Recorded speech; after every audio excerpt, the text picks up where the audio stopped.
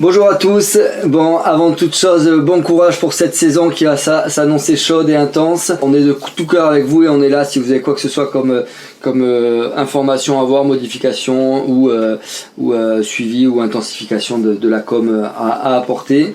Cette vidéo concernant le RGPD qui va aussi avec l'analytique, je vais vous expliquer pourquoi.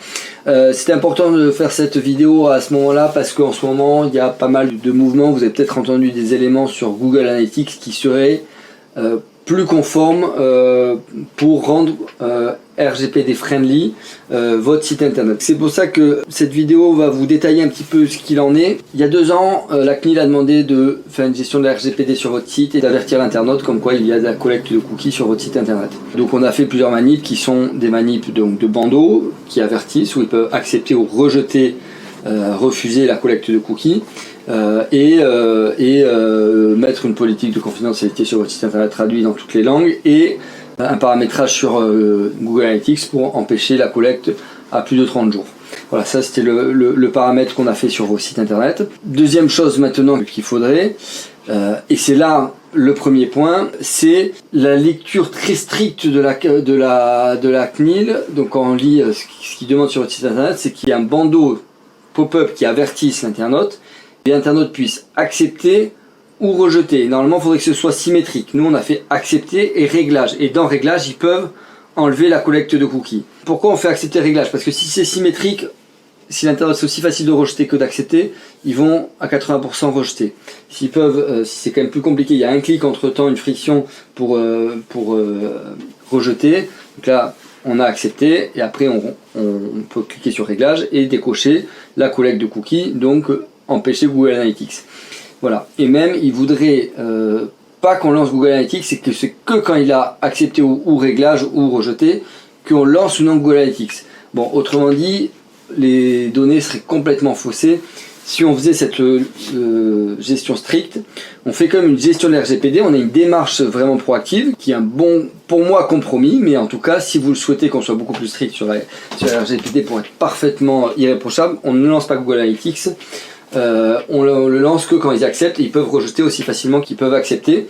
Là on a fait un compromis pour moi pour qu'il y ait une vraie démarche et que l'internaute puisse désactiver toute la collecte, mais quand même qu'on ait pour moi 70 à 80% des gens qui acceptent et qui laissent Google Analytics sur le site et qu'on ait des stats assez fiables. Voilà, mais ça n'engage que moi et si vous souhaitez on peut tout à fait le faire parce que c'est vous qui êtes responsable de cette partie et de la conformité RGPD. Donc voilà, donc, je voulais vous avertir de ce point là, sachant que aujourd'hui c'est aussi en mouvement parce que le deuxième point c'est que même Google Analytics qui collecte ses cookies, qui est l'outil qu'on a mis sur tous vos sites internet, qui collecte les cookies, serait non conforme et ne pourrait plus être utilisé sur votre site. Pourquoi? Parce qu'en fait ces cookies sont transférés outre-Atlantique aux États-Unis sur les serveurs américains, qui eux ont une politique, une gestion de la RGPD qui est non conforme dit par la CNIL, et ça c'est vrai que c'est il y a 3 mois qu'on a été averti de ça, non conforme parce que le Privacy Shield qui est le document qui légifère un petit peu la RGPD là-bas, dit que les services secrets sont au-dessus de la RGPD. Donc en gros, le gouvernement, s'il y a un litige, ils peuvent venir fouiller dans les serveurs de Google.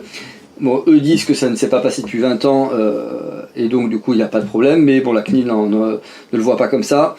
Donc Google Analytics pourrait être illégal en France. En tout cas aujourd'hui, pour moi, ce que je préconise c'est que on attend, parce qu'en fait du coup ça fait pas mal de mouvements quand même, parce que Google a un certain poids au niveau sur le territoire américain et au niveau international, peuvent pas se permettre d'être illégal partout dans le monde, et en tout cas en Europe, parce que c'est en Europe qu'on est assez rigoureux là-dessus sur la gestion de la RGPD. Et donc ils sont en train de voir, il devrait y avoir un nouveau Privacy Shield qui devrait sortir en décembre. Donc c'est pour ça qu'on est en stand-by là-dessus. Et en plus, le nouveau Google Analytics 4 qui sera obligatoire à partir de juin, c'est-à-dire que là on est sur la version Universal Analytics.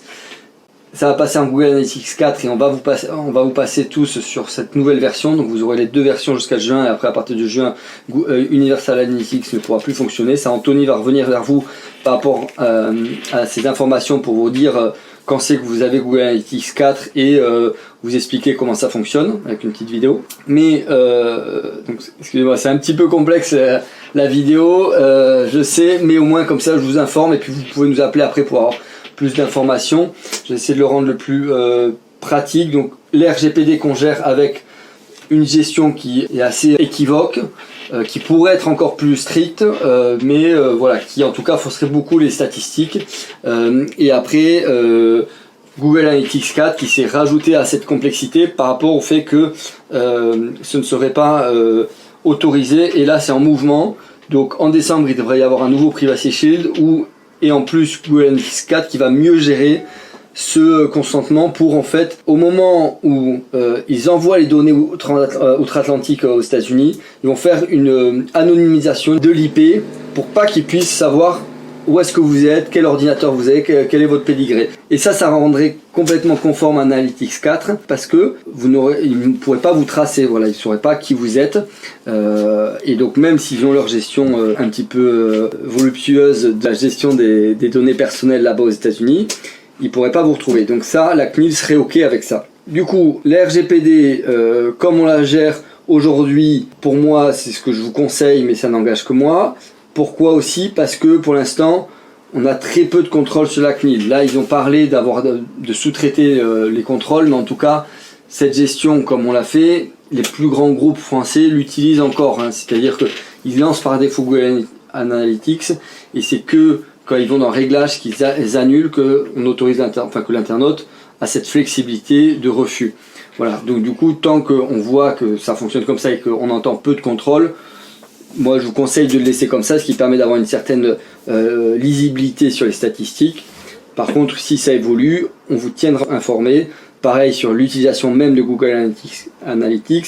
Si ça pose problème réellement et que là vraiment c'est illégal, on suivra également pour vous donner d'autres solutions comme Matomo, comme Piwik. Il y a d'autres solutions qui peuvent être utilisables. En tout cas là nous on suit ça de près. Là aujourd'hui on est là-dessus sur cette gestion. Vous regardez la petite pop-up, c'est accepter réglage, et après l'internaute peut aller refuser la collecte des cookies et donc refuser Google Analytics sur votre site internet. Voilà ce qu'il en est de la gestion de la RGPD sur votre site et de Google Analytics. N'hésitez pas à nous demander si vous souhaitez qu'on fasse une modification de paramétrage sur votre site ou si vous avez des questions. Et puis je vous souhaite une très bonne saison.